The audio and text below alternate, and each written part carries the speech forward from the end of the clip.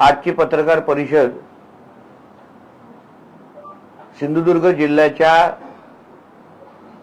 आरोग्याच्या व्यवस्थेच्या संदर्भात आहे।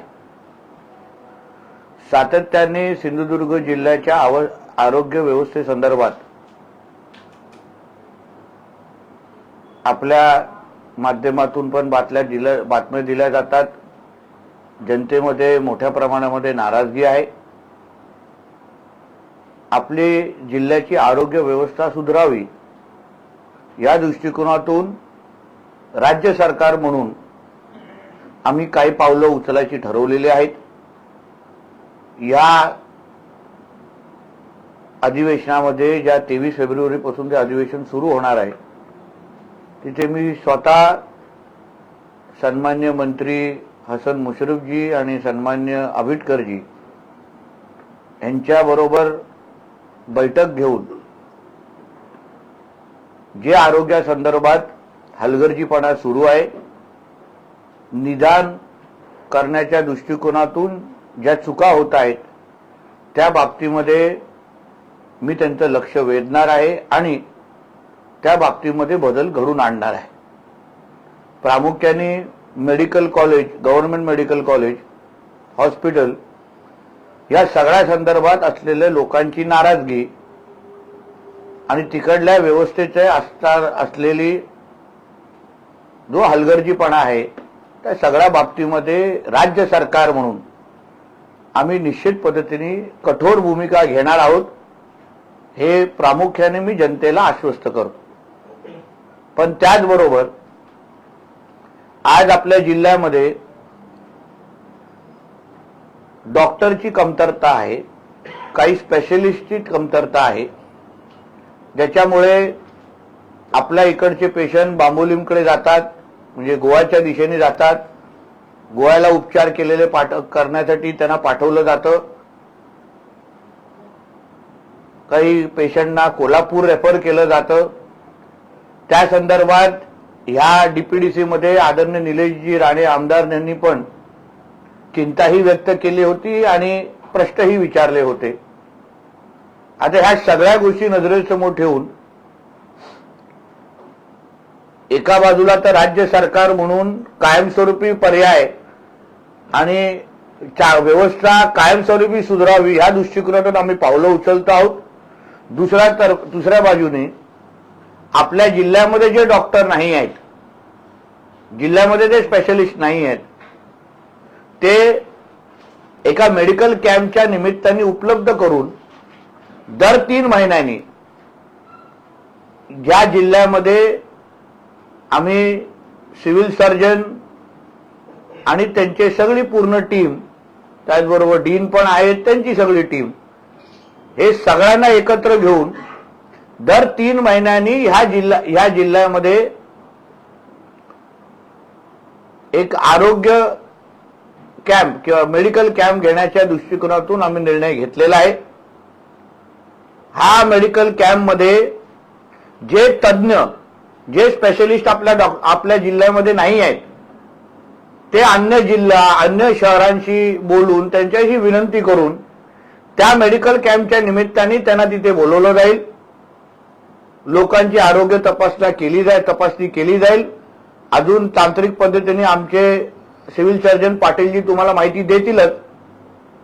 पण एकंदरीत अगर आपण नागरिक म्हणून विचार केला तर आपण उदाहरण डॉक्टरकडे पण गेलो तर आपण दर 3 महिन्यांनी आपल्या आरोग्याची तपासणी करत असतो। दर 3 महिन्याचे आपण औषधाचा साठा आपल्याकडे घेत असतो आणि म्हणून यापुढे दर 3-3 महिन्यांनी अशा पद्धतीच्या मेडिकल कॅम्प आपल्या जिल्ह्यामध्ये करण्याची प्रथा, करण्याची सुरुवात आम्ही या निमित्ताने करत आहोत, जेणेकरून जे डॉक्टर आपल्याकडे नाही आहेत, जे स्पेशलिस्ट आपल्याकडे नाही आहेत, ते आम्ही आमच्या संपर्कातले जे बाहेरचे जे चांगल्यातले चांगले जिल्हा बाहेरचे डॉक्टर आहेत, मुंबई, पुणे, नाशिक, गोवा, जिथे पण त्या क्षेत्रातले जो स्पेशलिस्ट आहे त्याला बोलून आम्ही त्या मेडिकल कॅम्पमध्ये उपलब्ध करणार आहोत। एकदा त्याचं निदान झाल्यानंतर परत म्हणजे त्याला पुढचं मार्गदर्शन करायचं। 3 महिन्याच्या औषधाचा साठा पण आमच्याकडे तिथे उपलब्ध असेल, त्याप्रमाणे 3 महिन्याच्या औषधाचा साठा पण तिला दिला जाईल आणि 3 महिन्यानंतर परत अशा पद्धतीचा मेडिकल कॅम्प घेतला जाईल, जेणेकरून सातत्याने जे स्पेशलिस्ट आपल्याकडे नाही आहेत, जे डॉक्टर आपल्याकडे नाही आहेत, त्या बाबतीची कमतरता आपल्या जिल्ह्यामध्ये भासू नये या दृष्टिकोनातून हे पाऊल आम्ही उचलायचं ठरवलेलं आहे. याला लागणारं जे काही आर्थिक ताकद आहे ती जिल्हा नियोजनाच्या माध्यमातून मी द्यायचं ठरवलेलं आहे. म्हणून एका बाजूला राज्य सरकार म्हणून कायमस्वरूपी तोडगा काढणं आणि दुसऱ्या बाजूने अशा पद्धतीचं सेवा आमच्या सिंधुदुर्ग जिल्ह्याच्या नागरिकांना आम्ही देत राहावं, जेणेकरून जिल्ह्यातल्या नागरिकांना जे काय आरोग्य सेवेच्या अपेक्षा आहे ती आमच्या माध्यमातून देण्याच्या दृष्टिकोनातून आमचा छोटासा प्रयत्न आहे. ही सुरुवात आहे. ह्याच्यामध्ये ह्या एकंदरीत प्रक्रियेमध्ये काय अजून बदल करायचे असतील, ह्याला अजून चांगलं करायचं असेल तर निश्चित पद्धतीने आपणही सूचना देऊ शकता, नागरिकांकडून पण सूचना येतील. हे आम्ही सुरुवात करतोय.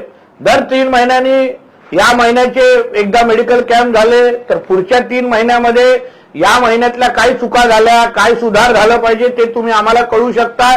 परत 3 महिने पुढच्या 3 महिन्यानंतर जेव्हा आम्ही हा मेडिकल कॅम्प घेऊ तेव्हा त्याच्यामध्ये अजून काही तज्ज्ञ डॉक्टर हे राहिलेत, ह्यांना तुम्ही घेऊन या सर्व्हिसमध्ये असं कमी पडलंय त्याच्यात आपण सुधार करू.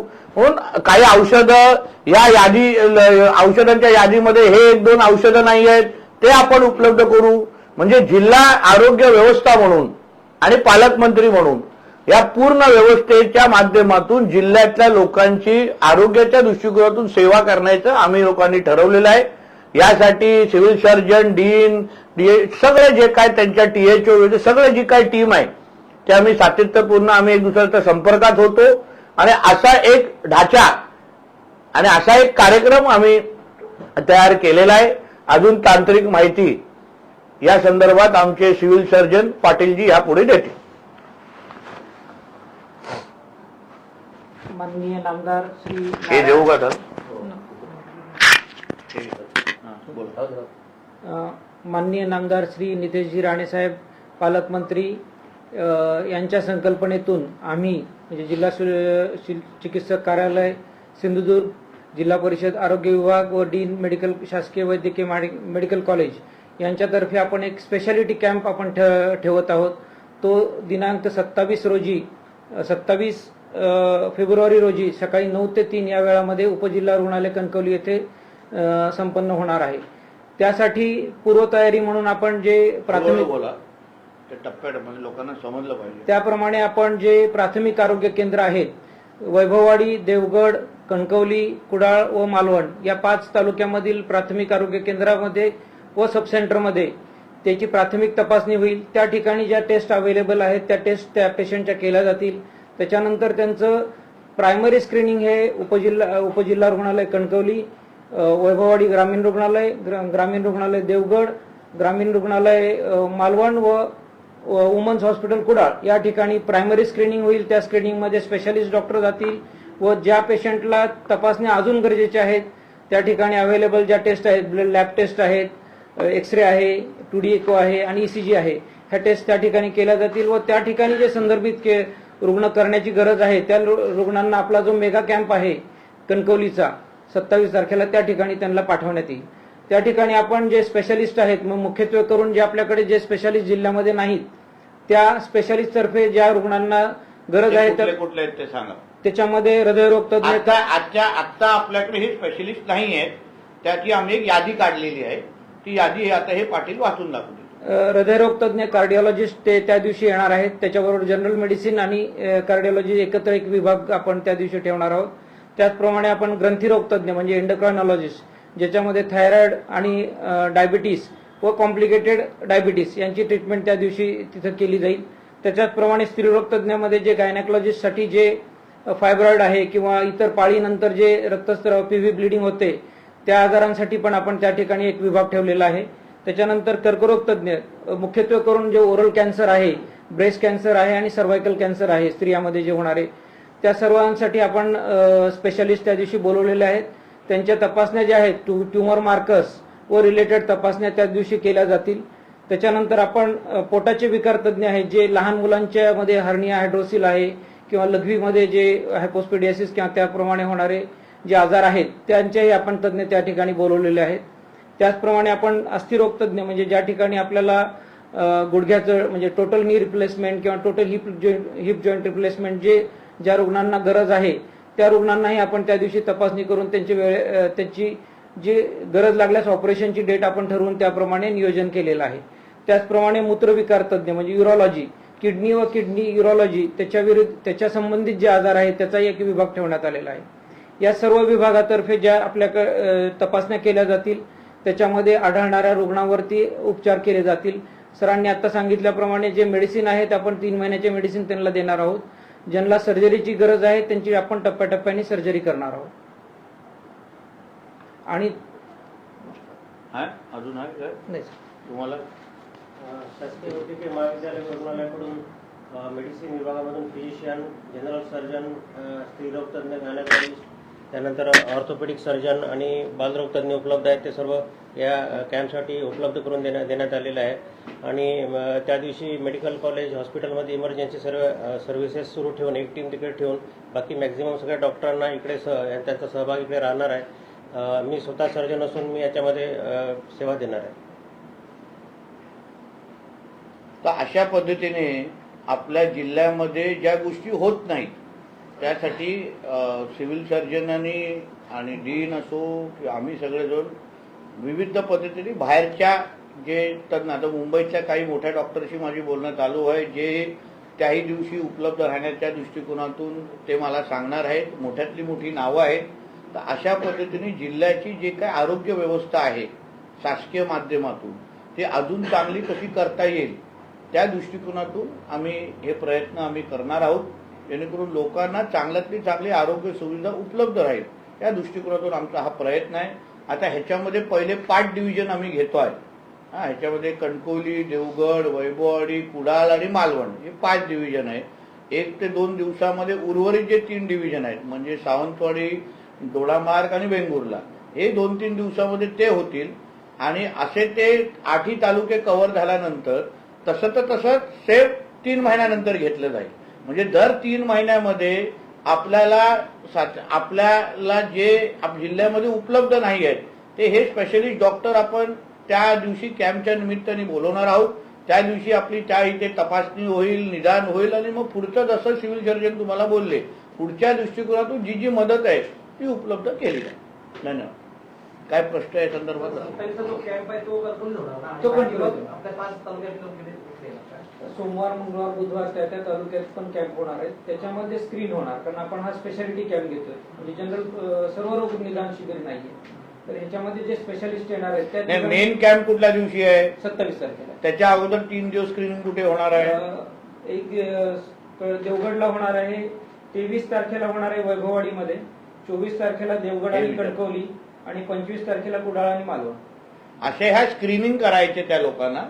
आणि ज्या स्क्रीनिंग मध्ये जे आढळलं ते फायनल जो मेगा कॅम्प आहे तो 27 तारखेला आणि ते सगळे 27 तिथे आहे. ही पद्धत म्हणजे प्रत्येक तालुकानिहाय पहिले स्क्रीनिंग होणार आणि मग जो मेगा कॅम्प जो 27 तारखेला कणकवली घेणार येईल ते सगळे इथे येणार. ज्यांना फर्दर ट्रीटमेंट किंवा ऑपरेशन नाही आपण ते सगळे आपण कणकवलीमध्ये मॉड्युलर ओटी आहे त्या ठिकाणी ऑपरेशन थिएटरमध्ये सर्जरी केल्या जाते.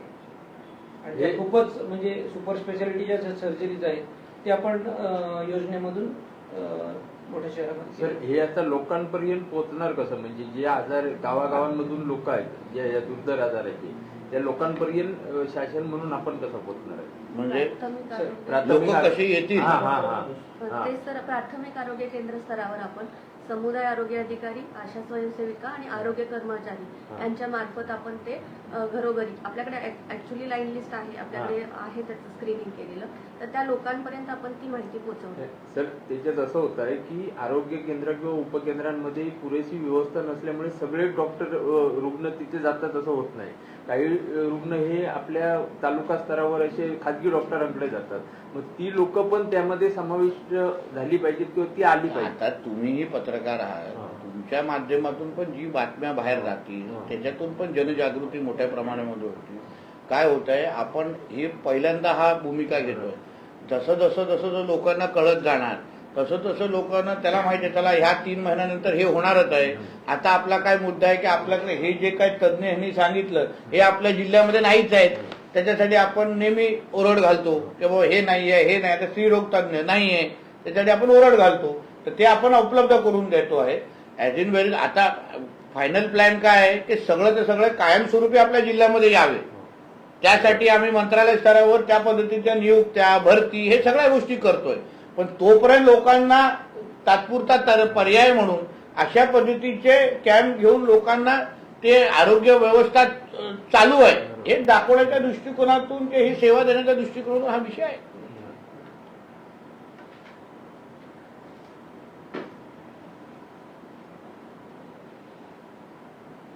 हे कॅम्प म्हणजे आरोग्य समाजासाठी ठरला परंतु आपल्याकडे सावंतवाडी कशोलाचं 10 वर्षापूर्वी ट्रॉमा केअर युनिट उपलब्ध करून दिले होते. म्हणजे त्याचं हे झालं होतं, शिबिर काम झालं होतं, सगळं मशिनरी आलंय परंतु तज्ज्ञ नाही आणि ऍक्सिडेंटल प्रॉब्लेम मोठा. या नियुक्त्या करायच्या आहेत ना सावंतजी, ज्या त्याच्यासाठी आम्ही मंत्रालयामध्ये ती बैठक घेतो. जसं मी तुम्हाला सांगितलं दोन्ही मंत्र्यांबरोबर आता 23 तारखेपासून बजेटचं अधिवेशन सुरू होतं.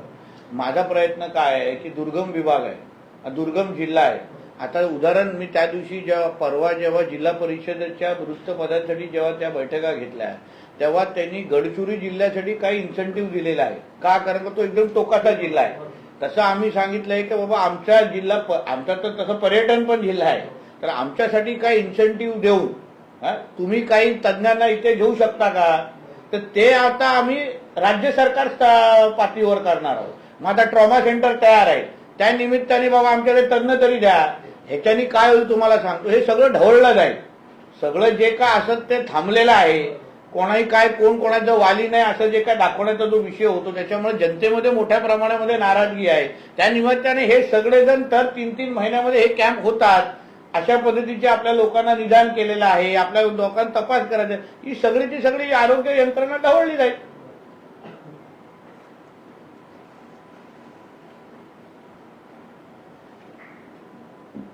ठीक आहे, अजून काय प्रश्न?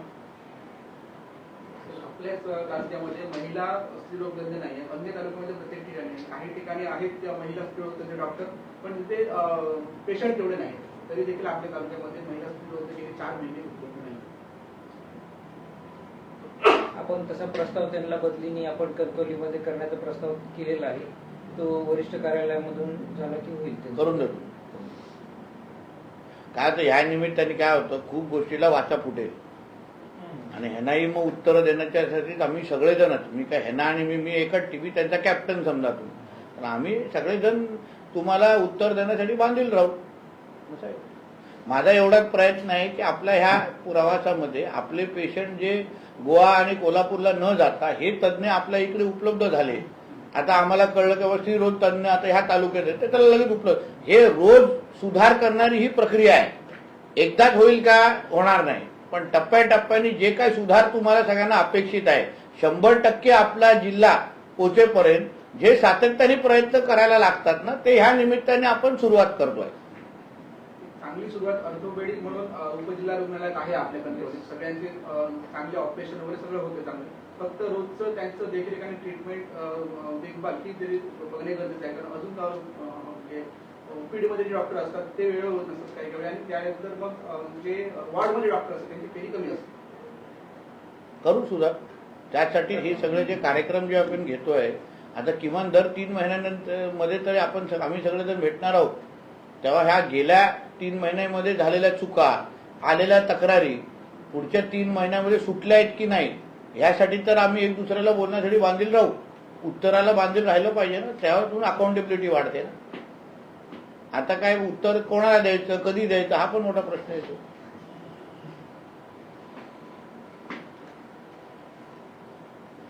ठीक आहे का?